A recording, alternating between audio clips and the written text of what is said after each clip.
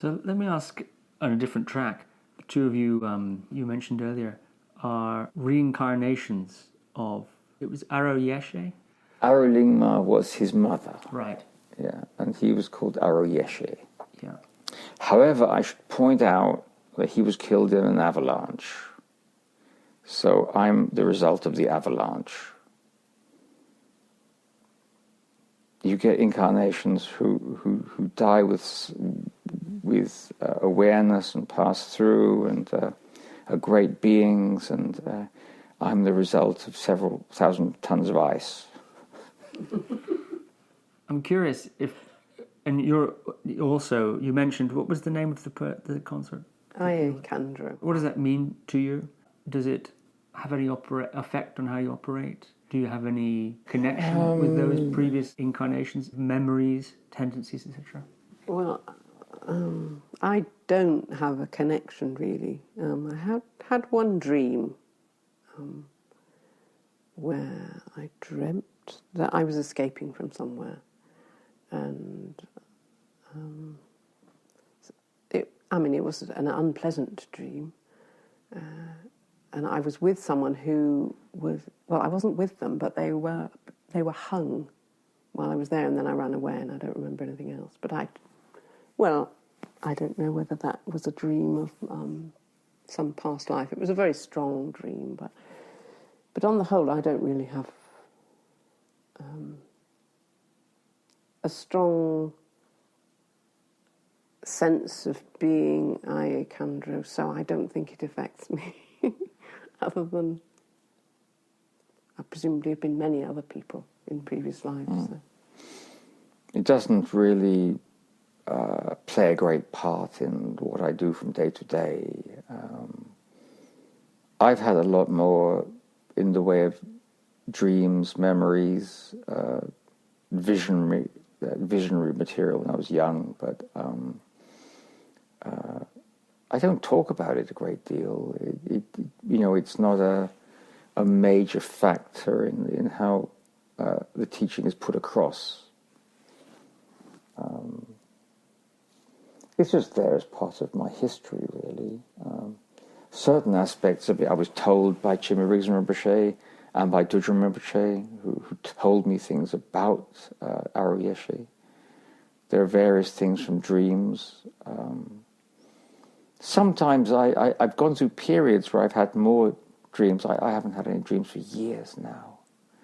They seem to have dried up, but I don't explore it. I'm not trying to find out more in particular, because there's nothing I do with it, even if I could remember it. Why do you think that they would tell you things, Chimera Rinpoche and Dudjom Rinpoche? Why would they mention it at all? Well, it's important in that tradition because we're the holders of the Terma, and so we should know something about it. The Terma was something I received from Aro Lingma, so there was that experience, which was quite colossal, really. But since then, there hasn't been a great deal. I mean, the Terma is enough to be going on with. I haven't taught it all yet. Certainly, I've taught a lot of the Kumye, many of the Yidam practices, some of the Dzogchen Longde practices, but there's still over a third left to teach. Hopefully I can get through it before I die. So it's mainly a responsibility. Can you talk a bit about receiving that terma? Maybe a line about what a terma is, and then perhaps the story of that time. Well, a terma is an entire body of teaching that includes the various particulars. It needs to include everything that's required. The gTér, for example, includes 3 bodies of physical practices that relate with the 3 series of Dzogchen. The gTér is primarily Dzogchen terma. It does include some Mahayoga. It's got a cycle of 111 visionary practices of Yidams. It has practices of Tsok, Kolo, Jinsrek, which is fire ceremony. So it's got a small body of Mahayoga teaching, but mainly it's the Dzogchen method. And this will be received in an instant. So there's not much to say about it apart from one moment I didn't know it, and the next moment I knew it all. And that just happened on an occasion one night in Bodha. And then the next day I went and I told Dudjom Rinpoche about it, who was expecting me to have this experience anyway. And so he just asked me to enumerate the parts of it, which I did, and then he said I'd have to practice it all before I taught it. I also had to complete the Ngondros, which I had done at that point. There were the shorter, longer Khandro Yangtig and the Trema Ngondros. I completed those, and the practice of Trema. And then I went on to practicing the Aro Tér. I practiced all of that, and then I began to teach that in the 1990s, in the late 1990s. So it came completely fully formed. Yes. With all the detail. Everything. Precisely there. Mm-hmm. You're sitting there in meditation, I assume. You were on retreat, weren't you? Mm-hmm. When that happened to you? Well, not exactly in retreat. I was just in Bodha, and I was going to see Dudjom Rinpoche, and it was just one night sitting practicing, and then I knew it.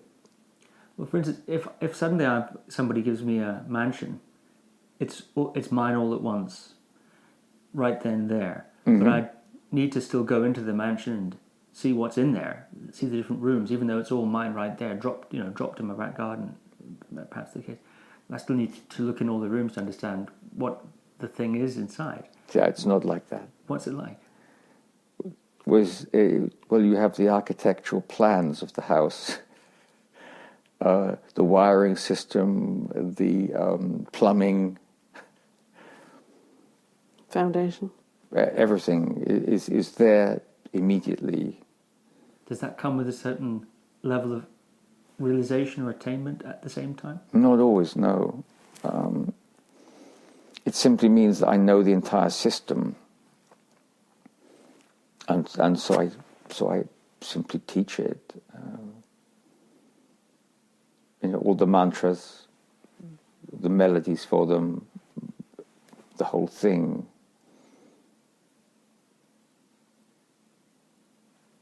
It's pretty out there, isn't it?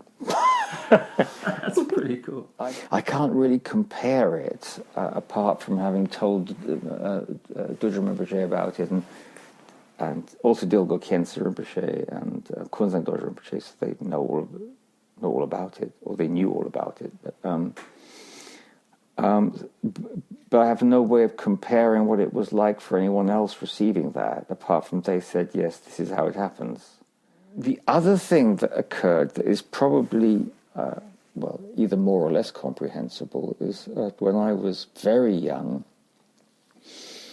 I was always either dreaming of a white lady or seeing a white lady in my room, which was a problem for my father. He didn't want me seeing white ladies in my room. And my mother thought they were dreams, and I said, well, I think some of them are, but I'm sure some of them aren't because I'm awake. And I used to find ways to show myself that I was awake, like sitting up in bed and touching things, and she'd still be there. Now, she never spoke, but after seeing her, I always knew things. Apart from the fact that I didn't know what I knew, I just knew that I knew something, which is a very odd thing to say, but it did affect me in as much as I tended to understand things that a child wouldn't usually understand. Because my father was, one of his lines was that I might have to go to a mental hospital one day because I was too peculiar. And strangely enough, this never frightened me as it would with a child. You'd imagine a child would be frightened by something like that. But I worked out, well, I hope he does take me to the mental institute, because they'll look at him, keep him, send me home. Now, this is not normal for a child to rationalize in that way, because I thought, well, your big florid face and being angry, you look crazy. I don't. So I'd have a rationale like that, and the whole idea of God and the devil made no sense to me either. So I had a girlfriend at the age of 5 whose parents were atheists, and as soon as I heard about this, I thought, oh, of course, this whole thing is nonsense, this God business. I don't believe in this, so I became a born-again atheist at that point, and the whole thing made sense. And so I tended to be able to come to understandings of life events that were not normal for a child. And I only in hindsight can I see that, oh, right, whatever was coming out of these visions was somehow putting in the DOS or something, the DOS level under there. And that later, struggling with Buddhist texts, translations, Edward Khandro on the Heart Sutra, diabolical. I'd struggled through this stuff, and Helmut Hoffman and Giuseppe Tucci, who's the worst? Evans went. Oh, Gunther was a nightmare too, but I could get through it and understand what they were talking about, even though the language was diabolical, because the basis of it made sense, and so I had a way of seeing through that language, even though I was having to use the dictionary for it all the time. Pristine perspicacity for Yeshe. Give me a break, He was always using this language, and I had to work out that he meant Yeshe by that. So what do you make of that lady then, the white lady? Oh, well, at first, being interested in Vikings as I was at that age, I thought she was Frigg or Freya. Then I saw my first book on Tibet when I was at junior school. I've got them up there still, books by 2 Czechoslovakian explorers. They were somehow in the school library. And I saw a picture of White Tara in there, and then I thought, oh, no, it's White Tara. And I thought she was White Tara until I met Dudjom Rinpoche, and he told me, no, she's not White Tara, she's Aro Lingma. It took him some days to work that out. At first he said, I don't know who she is. And then a couple of days later he said, she is Kyungchen Aro Lingma, she attained rainbow body, she's a Teuton. And then he gradually told me about myself. He was extraordinary for this. He knew all kinds of things about me that he had no way of knowing. How did he figure that out, do you think? About Aro Lingma? Yes. I don't know. I was very polite. I'd learned how to be Tibetan. You don't ask those questions. Oh, you can ask them, but especially then, back in 1971, you don't say, so how do you know that? You just don't ask that kind of question. You don't ask personal questions. You can ask for some aspect of Dharma to be explained, but not how do you know that? That would be very rude. So there were many things that I wish I had asked, that I never asked, that I just never found out.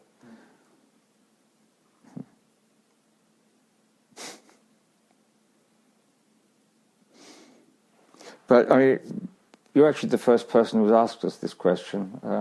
About the reincarnation part? All of it, yeah. So this is all entirely new. We don't talk about this. Well, actually, a lot of it's in the book. Goodbye Forever, the upcoming book. Yeah. I say not all of it. Some bits aren't even in the book.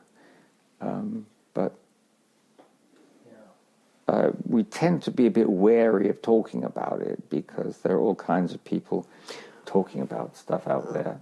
Well, I mean, people have talked a lot about you made it all up, haven't they, in the past? Yeah. There's been a lot of online, internet stuff. Well, seeing as you brought it up, it's not run-of-the-mill every day. As you said, people are not expecting Mahasiddhas to be walking around the place, and people aren't expecting to do an evening sit and suddenly have an entire system downloaded in their mind. Mm-hmm. And as you say, you've had people who are very sceptical of that, mm-hmm. and that's historically always been the case, isn't it?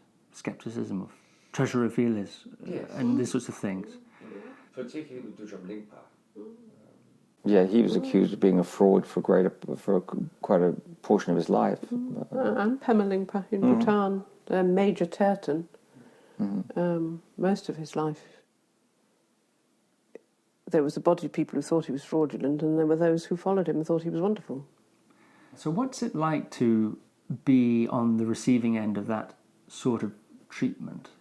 I think it's far less unpleasant now than it was in the past. I think when it started happening, it was disheartening, I'd say. What's it been like? Well, it's been limiting.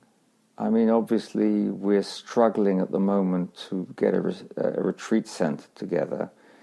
I think if it hadn't happened, we'd have the retreat centre now. It's just limited us, basically. I mean, that's all it's done.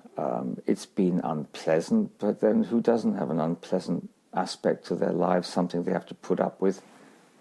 I apologise for putting a preposition at the end of the sentence, but as it's a figure of speech, I think I'm allowed to get away with it. One of my aims in life is to speak English before I die. Perfect English. I'd love to be able to do that, like speak like a Jane Austen novel, but anyway, that's an aside. That would be a real accomplishment. A city, yes. I think that there are different rules for Western people and Tibetans, and I think that there's a problem that I see as existing in terms of people wanting status. Status doesn't particularly interest either of us. We just teach, and we're fairly informal. We actually don't enjoy veneration, and when people heap it on, it's not what we really don't like it. So we're not in it for that business. I think that as it's been, the highest point you can achieve as a Western person is as a translator.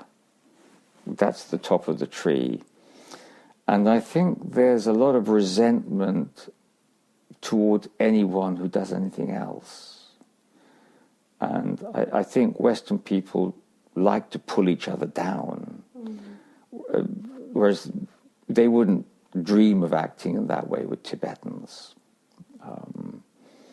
There seems to be a cultural divide there, and that seems to be a problem. I mean, we have Tibetan friends, Tuku Dakpa in Finland, and as far as he's concerned, we're reasonable people. So we have friends as well as enemies. What the enemies get out of it, I don't really know. It's subsided. I think that, if you try to achieve an end for 20 or 30 years and you've not succeeded, then the more you try, the more futile you have to become in what you're doing because you're failing. So people have not managed to get rid of us, so we continue to exist. We still teach, we still have functions, and we're... I mean, we have a small sangha, but they're incredibly hard-working, aren't they? Yeah. Great people. Yes. I think that's the worst effect is for them, because there's such a small bunch of people. They all have to work really hard to get anything done, but they've all got full-time jobs as well, and I don't like to see people pouring themselves into something. Yeah. Although it's their home, they're not doing it for us. They're very much at home in the tradition, so they're doing it for the tradition and themselves. But I don't like to see people who are overworked. So it would be lovely to have a few more students, just so that people don't have to work, so the work could be divided up more. You know, the work they've done has been against these obstacles. Yes. You know, it's not just work; it's extra work. You know, to have to combat that in some way. But it's lessened a great deal. I think basically because people have given up. You know, nothing seems to happen. We don't go away, and whatever people do doesn't really achieve a great deal. So I suppose in some ways you were coming out of left field with the Ngakpa Chögyam Day or the White Sangha and the non-celibate practice. Yeah, because when you first started teaching, people said, well, he's made it, you know, the concept of the White Sangha, the non-celibate practice, the Ngakpa, he's made it all up. It was unknown at that time. Yes, it was. So there was that sort of, he's made it all up, as well as the fact that he's a fraudulent Tertan having made it all up, you know. These were Tibetans who were saying, well, I've never heard of them. Yeah. Because they hadn't. Because there weren't. Once the second spread happened in terms of the history, from the 10th, 11th century onwards, the number of Ngakpa Chögyam practitioners really reduced. So they weren't well heard of. People hadn't heard of them, and monasticism bloomed. Well, or particularly Western people hadn't heard of them. And then the next thing they didn't believe in that I'd made up was Ngakmas, you know, female. And now that they found 500 of them in Golok, you know, but none of these people who said Ngakpa Chögyam's lying about these things have ever apologized to me for it. You know, that they were highly vociferous about saying they didn't exist, there weren't Ngakmas. It's been interesting. So, how did you know that they were? I'd seen pictures of them in books. Anagri Govinda, Way of the White Clouds, there's a picture of Ajarepa Rinpoche in there. I can show it to you later. And then you met them, didn't you? So I wanted to meet them. And also Helmut Hoffmann's book has a fantastic picture in it. And there are a few of those old travel books that have pictures of Ngakpas. And so I knew they were there. And I'd read enough to know about them, you know, from what I had read. And then Dudjom Rinpoche asked me if I would establish the Ngakpa Chögyam Day in the West. And this was the next funny thing, because I said, oh, yeah, sure, I'll do that. And he sort of looked at me. He said, this will be difficult. He said, you will have many obstacles if you try to do this. You know, I want you to understand that it will not be easy. You know. And then he told me the story about how he was thrown in prison as a Chinese spy by certain factors. And I won't go into the whole story, but there was an Post-exile this was. In exile, yes. You know, that came from the highest quarters. He was locked up, and it was only through the royal family of Bhutan, Sikkim, and Nepal appealing to Nehru that he was released. And then the story was put around that he was drunk and taken in for... what's it called? Drunk and disorderly, you know, outrageous behavior. And he told me that story, and he said, this is what they do. This is how you'll be treated. He said, not in the West, but here in India, anything is possible. So he then warned me, you know, never to tell anyone I was coming to India, or where I'd be at any one point, because if I started promoting the Ngakpa Chögyam Day, there'd be factors who didn't want that happening. I think it's fine now because it's out of control. That's the whole thing. Everybody knows about them, and there are people now asking their Tibetan teachers for this, for ordination into Ngakpa Chögyam. They've never heard of me. Now, fortunately, I did it for Dudjom Rinpoche. I didn't do it to be famous. So, for me, that they don't know about me is even better, because the thing has actually succeeded and will roll on without me. I don't need to be there to do it anymore. It's not stoppable now. So people are aware of the tradition, and it will actually become established again. So I can die happy knowing that it's actually worked. That it's good, because I think the future of Buddhism is in the Ngakpa Chögyam rather than the monastic system. I think that monasticism will always be valuable for certain people who are appropriate for it, who it serves well. But I think the majority would be better served by a non-celibate priesthood, especially in terms of understanding their lives, because they've run into great problems with it in Catholicism too, in terms of child abuse, and this was endemic in Tibetan monasteries. The pederasty. I mean, Khandro Rinpoche told me about it, as did Rinpoche. It was no big secret there. Now, this is not healthy. I'm sure there are many wonderful monks and nuns, particularly nuns. Interestingly enough, both Rinpoche and Khandro Rinpoche said the same thing about nuns. He said they are real practitioners. He said, do you want to know why? He said, there's no status. They get no status from it. They must really want to do it, He said, you can't say that for the monks, but the nuns are all good practitioners.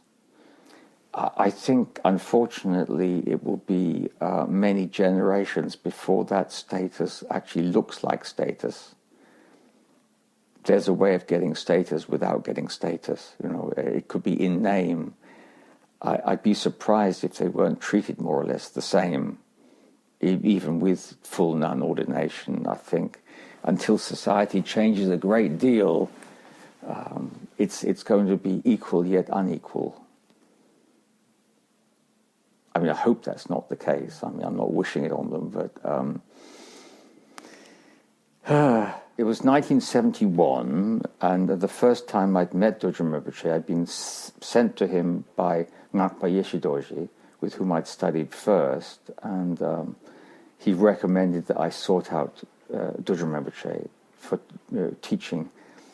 And Dudjom Rinpoche was very interested in my life and wanted to ask me questions about it, because he perceived people had died and what had happened. And I told him I'd been in a band and that it had fallen apart because the lead player and bass player had died within a month of each other, one from a heart attack, from having a weak heart, and the other in a car crash with his father at the wheel. So it wasn't even a sort of a classic rock band death. It was, and so anyway, he asked me, what kind of music, and I said blues. And he said, blues? No, I said, well, this is music played by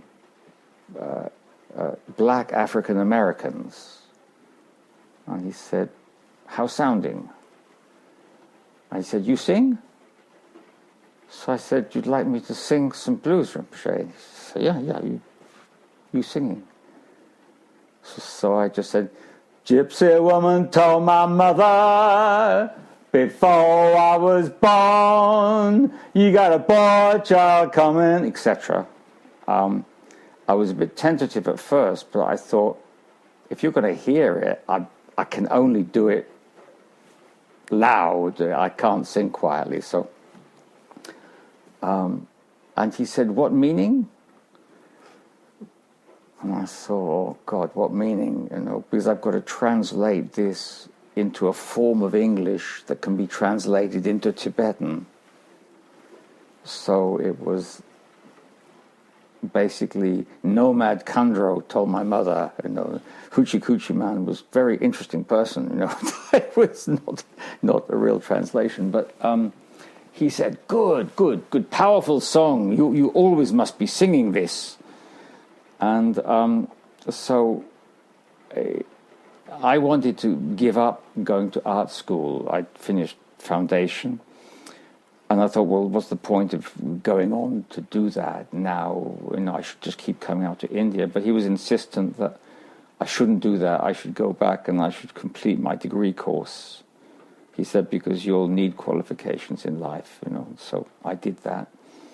But he said, anyway, art is very important, all the arts.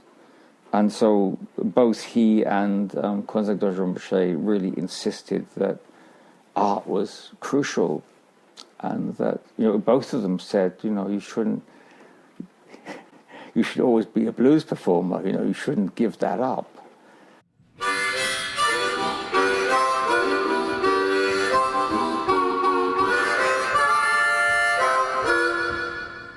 Your introduction to blues is quite interesting.